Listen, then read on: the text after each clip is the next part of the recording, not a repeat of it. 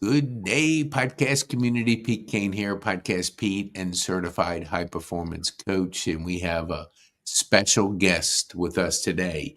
I got a chance to invite him before he's going to speak to our Rotary. So this is going to be a preview of what he's going to share with us on Thursday when he visits next week. So RJ, thanks so much for taking the time to be with us. Would you tell our viewers that don't know you, who you are, what you do, and who you serve? And then we'll get into our podcast. All right. First and foremost, thank you, Pete, for the invite. And who am I? Ultimately, right, I am the child of the Most High God. And what do I do? Now that I'm approaching my 62nd year of existence next month, what do I do now? Because we all evolve, right? Over a period of time. We are different in our teens, 20s, 30s, 40s, 50s. And now I'm evolving into my 60s. And what I want to do is focus on his work. And he's given us the opportunity through my cleaning business that I've had for 23 years. I've been a 47-year resident right here in Kennesaw. And moved from London, England, straight to Kennesaw, Georgia. Don't ask me how. I really think my dad threw a dart at the U.S. map in 1978, and it landed here in Kennesaw. I'm here. That's what matters. Yes. But I think it's time for me to really, every good book, right, has words, a bunch of words. And then a phrase or something will be catchy. It hits you. One of them is hands that serve are holier than lips that pray. And because of my monkey mind when it comes to meditation, I can't really sit there and meditate without thinking about 10 things. And so instead of fighting that principle, I chose to just do my service through my hands. And so when I heard that phrase, hands that serve are holier than lips that pray, I said, you know what? That's me. I can attach myself to that. I can be that person. So through my cleaning, I'm part of an organization called One World, One Family. And we have 3 lanes. And everything we do, we go into the underserved communities. Now we have a footprint in 100 countries. And we go into these underserved communities through education, healthcare, and nutrition. And anything we offer, Pete, absolutely free. Wow. So, for example, what's our footprint here in the United States? In 2019, we were made aware that Clarksdale, Mississippi is a town that is one of the poorest in America. And I said, okay, first of all, where is Clarksdale, Mississippi compared to where we live? Started, mapping it. It was about just over 7-hour drive from here. And I'm like, oh, okay, it's an hour and a half south of Memphis, Tennessee. From the airport, and about 3 hours north of Jackson, Mississippi, 2.5. And I'm like, okay, so it's kind of stuck in the middle of nowhere. No major interstate running through there, nothing. And so why is it the poorest town? Well, I didn't know all this, right? But there's a gentleman, you may have heard of him, and I'll share some photos and stuff of me working with him on Thursday next week. His name is Isaac Tigert. He is the founder of Hard Rock Cafe and the House of Blues. The famous place we all know, right? Yeah. Well, he was born in Memphis, but he was raised by, and these are his words, a Black woman in Mississippi. So he has this affinity to that space, Mississippi. And the underserved are these folks that are living in these towns. And so in 2019, Isaac and I and 4 other people, we went there and we mapped out that we're going to build a free medical clinic there. Mm-hmm. So I personally spent 3 months living in a hotel, building out this space that the old Chamber of Commerce building. We worked with a gentleman by the name of John Livingston, and he gave us the space, and we built this 2,200 square foot clinic. And took it from an old Chamber of Commerce green dark carpet to a lively, new, modernized medical clinic. And it took about 3 months. No budget, Pete. Okay, we don't start with a budget. This is quite opposite. When you do his work, you don't start with budgets. Yep. You start. The budget follows. So after all that, we opened this clinic. And of course, Pete, you have to understand, along the way, I cleaned this place 15 times. Okay. There couldn't be a piece of paper on the floor while they're working, right? Not a piece of dirt.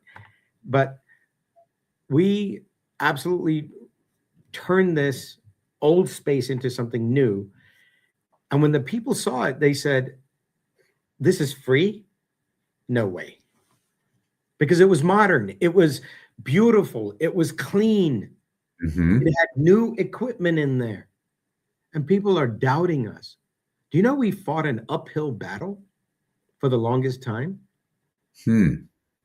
We opened in June of 2019. And then, of course, COVID hit. So as we were trying to prove ourselves, COVID hits. So then we had to shut down. And then we had to begin the process of proving ourselves. Fast forward from 2019 to today. 2 years ago, we moved into the building that is right next to, all connected, but next to the main hospital in Clarksdale, Mississippi. We went from a 2-patient room, 1-bathroom clinic to a 12-patient room, 4-bathroom clinic. Wow.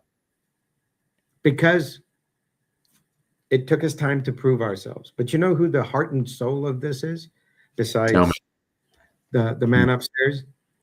The 4 doctors that offer their services for free. One came from up north, somewhere like Seattle, somewhere in that area. She sold everything, moved to Clarksdale, Mississippi. Dr. Jeannie. She's a psychologist. Dr. Chitra, she sold everything from Augusta, Georgia. She came over here to Clarksdale, Mississippi, purchased a home, made that her home.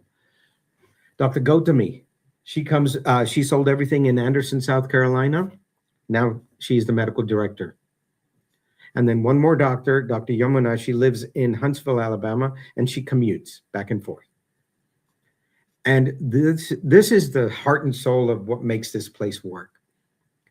When these patients come in, they sit down with them. And it's not like today's medical care, right? Okay, I have exactly 3 minutes with you. Tell me everything. Yeah. Really? Yeah. I'm sorry, but you're just a number. And, it's supposed to be health care. And in my opinion, the care part doesn't exist. Yeah. Okay. And I'm not generalizing every single doctor, but we've all experienced this. Oh, yeah. Yeah. And health speed. Sorry? It's like health speed. How quickly can we get you through? Yeah. Yeah. And, amongst the listeners, there are nurses, there are doctors. They all know this, right? They're guided by the insurance companies and the rules and the metrics that they have to meet every day. That's a shame because it really undoes the idea of health care. Yeah. And this is what we're trying to re-implement is you sit down with the patient Doctors have said they've spent up to an hour and a half with one patient Mm. because all they wanted to do is talk about what's going on, why, and then the doctor's asking in-depth questions about why is this person in this condition, what's led to that. So Hmm. there's some history there. It took about an hour and a half, and this person's life got turned around. There's so Wow. many success stories. It's unbelievable. When you, Recent, let me just stop you for just a second because I want to give some reference to. I love that story. You have four doctors from different parts of the country. We've had another podcast, I think it was 3 years ago. We talked about the art of serving and just yes. your heart to fill your heart by serving and doing things beyond just what the bank account looks like. How do you get four doctors from different areas of the country to make a commitment to come down there and help you? So the glue that binds all of us Hmm. is a spiritual teacher called Satya Sai Baba. His Hmm. teachings are all about humanity. It's Hmm. not religion. It's certainly not politics. We're not getting into that. Hmm. But religion is one of those things that can cause barriers. Hmm. Oh, you're this? Oh, I don't know if I can serve you. No, it's love all, serve all. It's about Mm. humanity. Mm. I love that. Okay. We can talk till we're blue in the face. We can read that phrase, love all, serve all. And if you remember Hard Rock Cafe, Isaac Tigert used it in all his Hard Rock Cafes and put a picture of Satya Sai Baba in every single store of his. Really? I didn't know that. Okay. Yeah. Yeah. Um, but it's simple, four words: love all, serve all. If we can just practice that in Mm. reality, Sure. that's all we're doing. When did you like so I know I remember your story from the time. I think we did a couple different podcasts, but you came over here and didn't know you go to Kennesaw State, and I think at the time it was called something else, but you didn't know any English, no, didn't know anybody, and you had to adapt to a pretty. It's a difficult thing when you go from one grade to another, like middle school to high school to college, and each one has its challenges. Just adapting, getting. How did you do that? What were you thinking back then, and how can you share with our viewers what that was like? Wow. So, yeah, back in 1978, right? We moved from London, England. I was born and raised in Mhm. London. I did speak English, but I didn't speak American English. Yeah, I mean Big that's difference. that's yeah, Big different. difference. Yes. Now understand. My parents are from India. My father lived in England for 24 years, Hmm. and he was a very successful musical instrument maker. Anything Hmm. windpipe, he made from scratch. Hmm. And we just celebrated his 90th birthday on Sunday. So yay to dad. Um, Okay, great. he, he moved us here to have a better future for my sister and I. Ah, okay. Okay. But little did I know how the education system worked. So we talked about this, Pete, last time on the podcast, and that was at 15, I was in college. That's when you think about it, that's crazy because it's not your typical, it's not typical. And so there's so much, even at 18, you're adapting. I know when my girls went, it's such a cultural shock of now you're on your own, you got responsibilities, you're out of the family like unit, and you got to figure it out. You got to get to classes, you got to study, you had to do all this stuff on your own, and it's like a crash course real fast. So did you like how what was your mindset like that? Okay, now I got to figure this out. And how did you do it? Can I add a couple of more challenges? The Yes. reason I mentioned that my parents are Indian is because they bring their Indian culture. Then I had some of my British culture. Now you come to the American culture in Kennesaw, Georgia in the 1980s. I know that. I know that scenario, but maybe others may not, but I do know what you're saying. My point is you've got three cultures coming together, and then you've got a young punk like me in college at 15. I am one confused dude. All I cared about was my football, which is round. Yeah. And I made friends.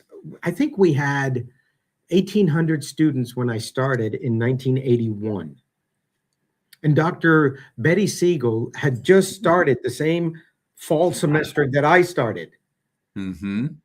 And she and I connected. And for me, it just took off from there because she's the president of this university. And you know, Pete, I want to say this publicly. Mm-hmm. Today, Kennesaw State, I just heard at the KBA meeting from a KSU person, Kennesaw State is the #1 school enrollment-wise in Georgia. Do you know how many students there are now? I'm going to guess 35,000, 40,000. I know you're seated, I can see, and I'm glad because I wouldn't want you to fall. Pete, it's 51,000. Wow. Wow.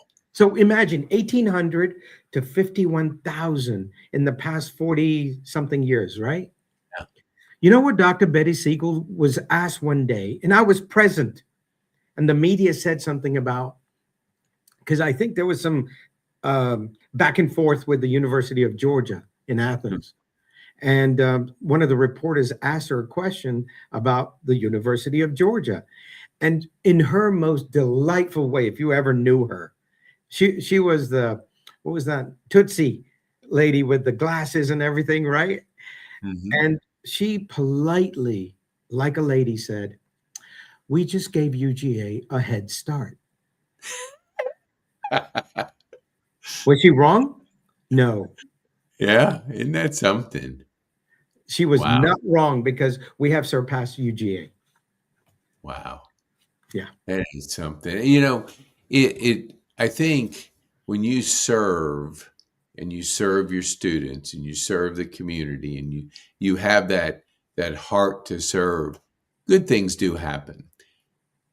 You've had, I think, if I remember correctly, 6 businesses over your career. Like, for the people that don't kind of understand the servant heart or service and what that means, how did that help you in your career? And when did you really grasp that mindset of the servant? Well, it came at an early age, but we all are blessed and know a lot of good things, a lot of core values, a lot Mhm. of proper ways of life, how you live life. We don't always get a chance to practice it. Mhm. But in business, you do get a chance to practice it. So at our company, we have a mission, we have a vision, and we have values, a set of core values. And so we are vision, mission, and values driven. Everything we Mhm. do goes back to that. And everybody can, no matter what their culture, no matter who they are, they understand what this all means and why we practice this way, why we Mhm. live this way. Okay. For example, unfortunately, we all woke up this Monday morning, and one of my long-term staff members, um, she's maybe in her 40s. She worked with us at the hotel, one of my other businesses, Mhm. back in the late 1970s. Mhm. I'm sorry. I'm sorry. Late 1990s. Mm-hmm. And she works with us at PCT Clean now. She lost her husband, Mm. 40 something. And you know, Mm. part of our values is, guys, look, whenever the services are, we're going to shut down and we're all going to go and pay our respects. Mm. You know, and unknown to me, everybody either called her or went by her home Mm-hmm. just to give her a hug. Mm. Now, at a time like this, Pete, what more do you want? If we cannot, as a company, set that tone, Mm-hmm. is it always just about work, work, work? Yes, we want to take care of our clients. Yes, we're going to serve them well. Yes, we're going to do a great job cleaning their home and their office. But you know what? Yes, we're going to take care of our people also. Mm. And when a catastrophic event like this happens, we're definitely going to step up and take care of her. Yeah, that's prioritizing your people and serving them in need when life just turns everything upside down is so critical to a person that's going through a difficult time that happened, that others are there to help support, because we can't do it by ourselves. And when we see that, it just fills us up with, hey, I'm in the right place at the right time, working with the right people. Yeah, that is a beautiful example of how people come to help and support people in time of need. Do Absolutely. you, And do you feel like in your career and in your journey, there were times that you really got stuck, tragedy hit? And because I had a guy on my podcast, and after I said, "How did you find me?" And he says, "I have no idea." But he said this. He said PTSD, and he grew up in a concentration camp in Russia at age 5. So he's preschool in a concentration camp, not your typical preschool. But what it did, he said, take the D out and put G, growth. He said, I was able to see things that very few people were able to see. And his heart and his whole life changed because of that dramatic, you know, time in his life at age 5. Have you experienced anything similar where things turned upside down and you were in that place of chaos, tragedy, and you stepped into growth that you could share with our community? absolutely. In 2007, on a Saturday morning, early Saturday morning, I received a call that our cousins were celebrating between graduations, anniversaries, birthdays, kind of a combination of things. Mm-hmm. They had rented a limo, and they all lived in Memphis, Tennessee. And then in the limo, they took the limo to what is that town where the casinos are? Somewhere in Mississippi. Okay. Tunica. Okay. Mm-hmm. And on the way back, there was a hit and run on the limo. And 6 out of 10 people passed away. This is family. Mm-hmm. And once you comprehend all this, right? Mm-hmm.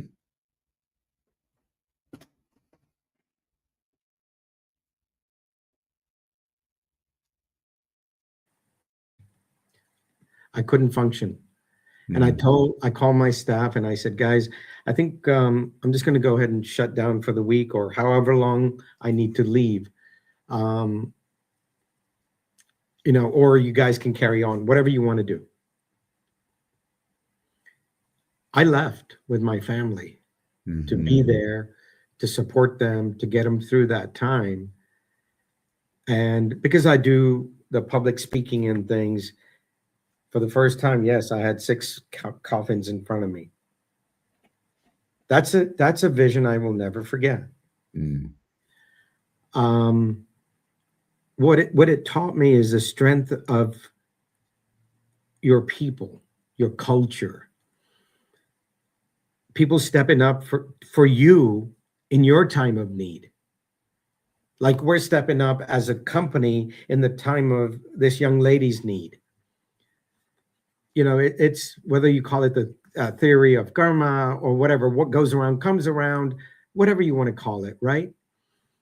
But it's when you're given the chance to do something good, something right, follow this because that inner voice is pretty accurate. Mm. Yeah. That's what I learned, that it was just drawing me. I couldn't function here. I couldn't function at all. I would sit down in front of my computer and I'm like, oh, the heck with this. When you had something that tragic happen, Yeah. you drop everything and you do what your heart tells you to do. Yeah. That Follow is, your instincts. yeah, that's such good advice. I recently went to my 50th high school reunion, and my friends are all retiring because it's 65 or whatever. And so they said to me, they go, Pete, when are you retiring? And I said, never. I said, why would I retire from what? To sit on the porch and do nothing? So, this thing that we hit like 65-ish, we're talking retire. What are you excited most about? Because a lot of them are retiring. They're doing things like playing golf and other things. What are you excited about as you look to the future at an age when a lot of people are saying, I'm going to retire? Well, apparently, I just found out today I have longevity, right? Um, and who knows? But I'm in, knock on wood, I'm in good health, and I implemented a policy, a life insurance policy, and that's where the numbers came in. And she told me over text, "Hey, you received the preferred rate at almost 62." She said, Mhm. "That's pretty good." I said, "Oh, great, wonderful." And what this policy is going to do, Pete, is in case I'm not here, on a personal side, my wife is taken care of. Mhm. My children are older, they're fine, they're taken care of. But I wanted this policy to specifically affect PCT. Mm. These people that have shown us loyalty, that have been with me for 20 something years, 14 years, 5 years, 3 years, whatever, they shouldn't feel like if RJ's not here, what are we going to do? Mhm. Well, this policy will allow my wife to hire a CEO or whatever and continue the growth and scaling of PCT. Mm. So, number one, you don't build something up and then just let it fall apart. Yeah, exactly. An organization is not one person. An organization is made up of many people. Mhm. And I want them to carry on this legacy and do the right way of cleaning and disinfecting. Mhm. Um, for me, this is retirement. Mhm. I get to go teach people around the world, Pete, and I'm going to share more info and photos. Had the opportunity to meet prime ministers of countries because Mhm. I'm a guy who cleans. I've been to India, Fiji. The prime ministers have said, please come and teach us. And I'll get more into it on Thursday next week. Mhm. But I want to pass on this knowledge that I don't believe even cleaning company owners have Mm. to people that are working in hospitals, people that are working in critical areas. and say, this is how we clean. This is what we do. You know, I mean, there are things that we do. We use microfiber towels with a Mhm. 300 GSM. People are like, what is that? We color coordinate them. And do you know that we have laundry baskets that are different because we wash them differently? We don't want cross contamination. Mm, How many cleaning services go to that length? not many. So I want to teach these principles that make all the sense in the world. And we do it through science. We do it through, and we're gonna do something on Thursday that's gonna blow some people's minds. Mhm. And it's gonna be something practical. And you know, it's cleaning through science. This is my retirement. Mhm. Of my 6 businesses, this has been an accumulation of reaching Mm, this point. It's mhm. been growing, compounding, and I have reached that point of, as I mentioned, I'll be 62 in January. Mhm. In 3 years, I can collect on Medicaid, I think they said. Mhm. And until then, until then, I want to keep going. And you know Mhm. what? When I get to 65, Pete, maybe we'll have another conversation as to what am I going to do now? Because I'm not planning too far ahead.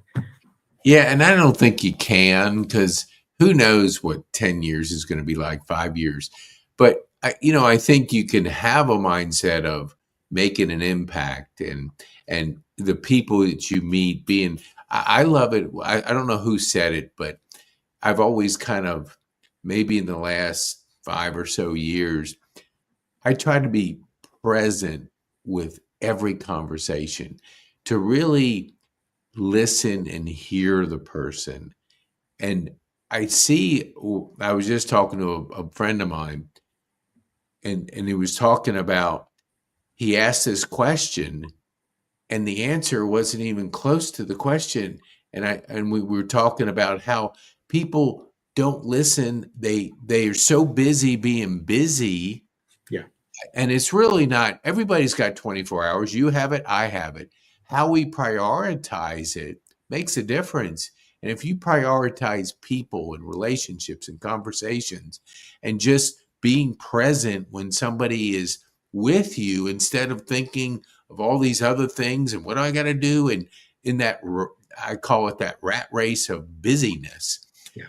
you can't get those meaningful conversations and relationships when you don't go and really know what a person is thinking and just having that conversation.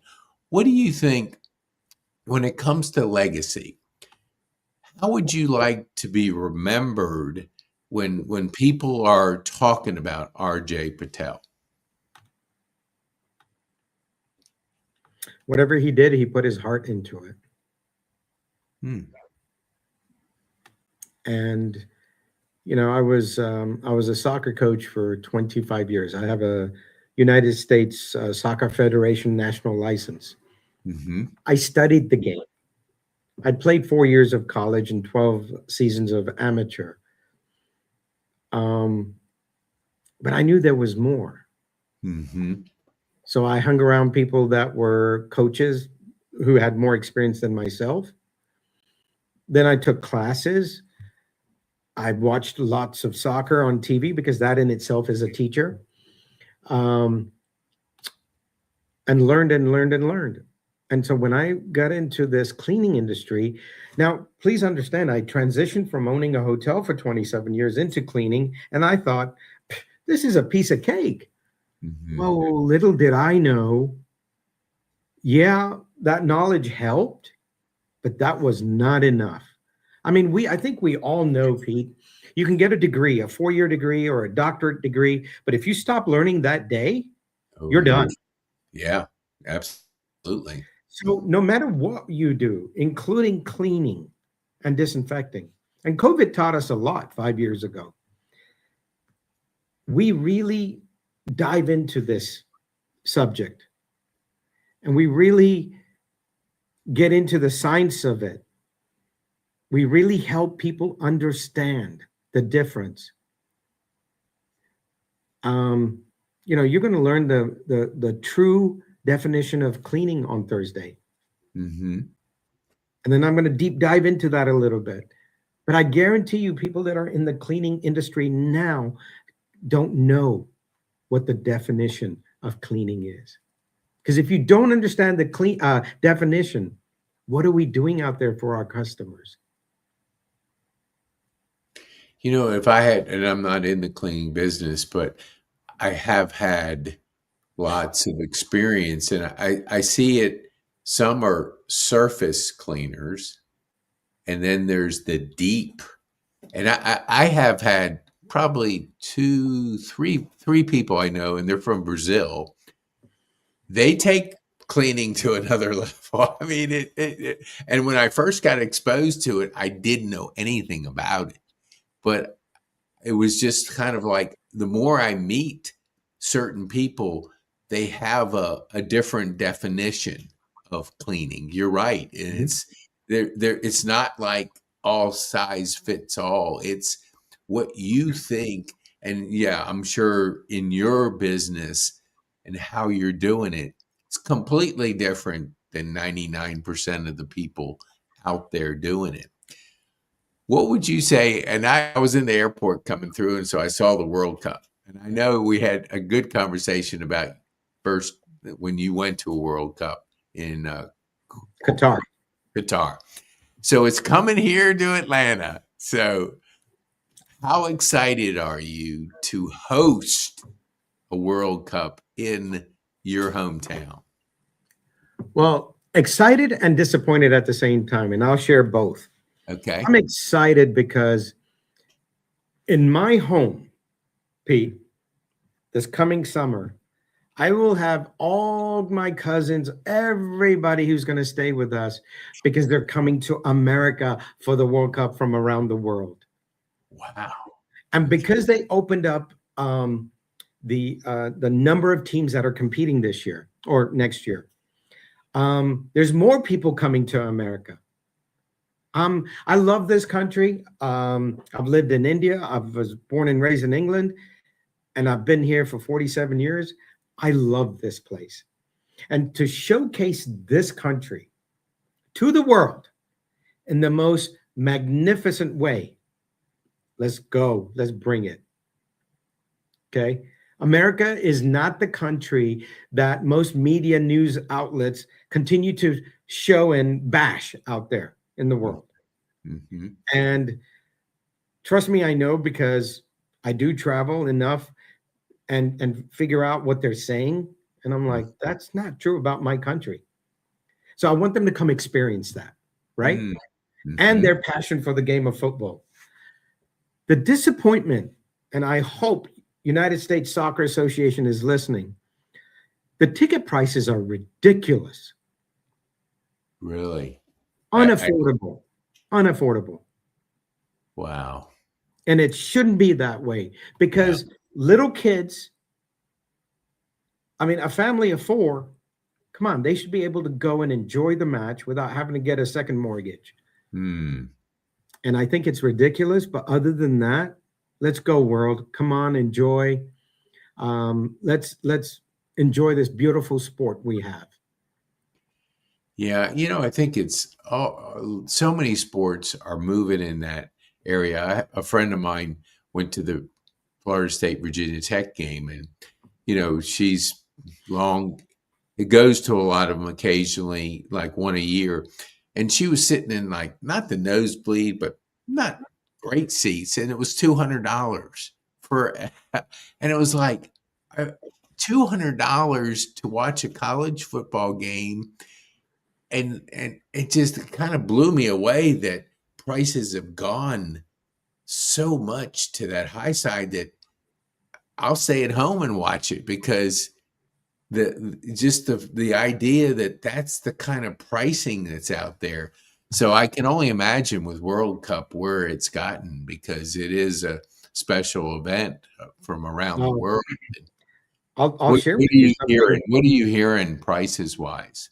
I'll share a true story from Monday. I was at the chamber event, Mm-hmm. and John Loud Security. Yes. he opened up his app and he says, RJ, look, I'm going to be at one of the semifinal matches. And he had told me how much he originally paid for his ticket. But he says, look, this same ticket for one seat is $21,943 What? for a semifinal match. Good golly. And I said, is that a family of four? Is that a suite? What is it, John? He said, one seat. Whoa. And so I'm not trying to deter anybody that's listening not to go to the matches or look online. But he showed me, that's when I got the shock. And I actually went online because I'm an Atlanta United season ticket holder. I had first dibs at the exhibition matches that are coming to, against Belgium, I believe, and Portugal. Mm-hmm. And I started looking at my seats where I sit. Mm-hmm. Those were $7,900 per ticket. That's crazy. And Oh. I said, no, for less than half of that, I'll buy a nice 60-inch TV and watch it on there. Yeah, and have the popcorn brought to you and the drink, and it won't cost you more than the price of a grocery store receipt. And parking will be zero. I have to. That blows me away. I didn't know have any reference. I never even did an AI to find out, but I just have seen how these prices are just pricing average people completely out of that experience and that opportunity. And well, I could talk to you all day, so I'm going to be respectful of your time. And I'm looking forward to hearing you talk at the Rotary next Thursday. And I'm going to bring a guest too, because I want him to hear it too. So awesome. He's running for Congress to take Marjorie Taylor's position. And I love when people do it with a servant heart. If we had people serving in politics with the idea of serving their constituent instead of serving themselves, and I'm not saying she does. I don't really know too much about her outside of. I love when people do it for the right reasons. Whoa, I think I've got somebody. Oh, you've had a couple comments on here. I really never have anybody. Let me just say, okay, here, I'm going to put it up because I've never done this. Okay, let me see if I can. Oh, thank you, Amber. Where are you seeing it? Oh, yeah. Great conversation. And then she said, what have you found to be the best leadership qualities that you want in a CEO? Oh, I love that, Amber. That's a great question. What do you think? That the person genuinely cares about people, right? It's a P word. They have a product or a service and then profit. Well, in what order are they caring for the P? If it's not people first, Amber, you have to wonder where that CEO, the CEO's main responsibility is economics. There's no question, right? They're guiding the ship of a company. But they better care for the people first. And in my case, it's my staff. It's my frontline people that are the most important. At PCT, our org chart looks like this, right? I'm here. My people are here. Because they're the ones interacting with the customers on a daily, regular basis, not me. That is great. Thank you, Amber. Thank you for putting that there. Nobody's ever done this. I say people can, but nobody ever. So Amber, thanks. You were the first. Thank you, Amber. Thank you. You know, Pete, you mentioned the Congress person running for Congress. Ironically, during COVID, I reached out to our Congressman, Barry Loudermilk. Yeah, we had him speak in our Rotary. And I said, Congressman, he called me on a Monday around 10:05. We had an 18-minute conversation. And why was it critical that I reach out? Yes, yes, people over profits all day long, Amber. Um, why was it important that I reach out to my congressman? Because at noon, our governor, Brian Kemp, was about to announce the essential businesses that can remain open or the ones everybody has to close. So I'm having this conversation with Congressman Loudermilk, and I said, he knows me, I know him, but he didn't know exactly what we did. So that 18-minute conversation changed his mind and heart. And he said, RJ, thank you for this. I didn't realize what you did.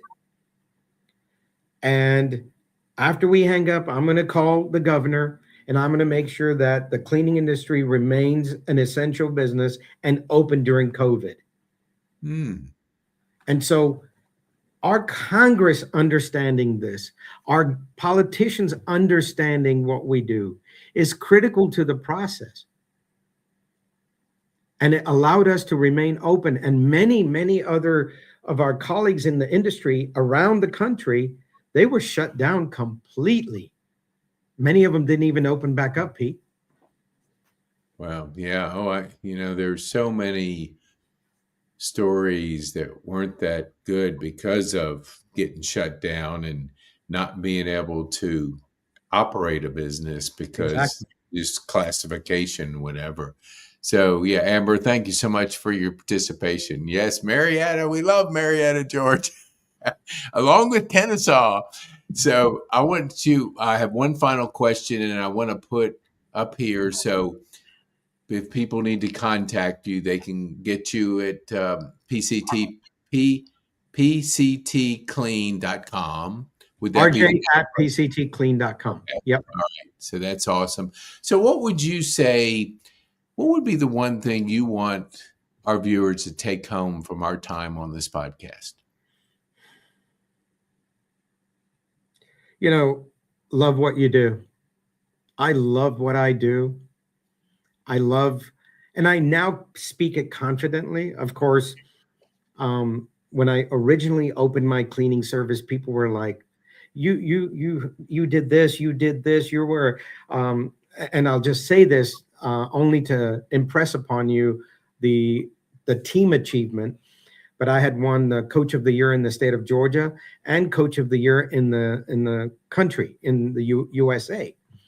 So they're like, and you're going to open a cleaning service? Like, you should do something bigger, better. And I'm thinking to myself, but this is my life. I'll do what I want to, I think.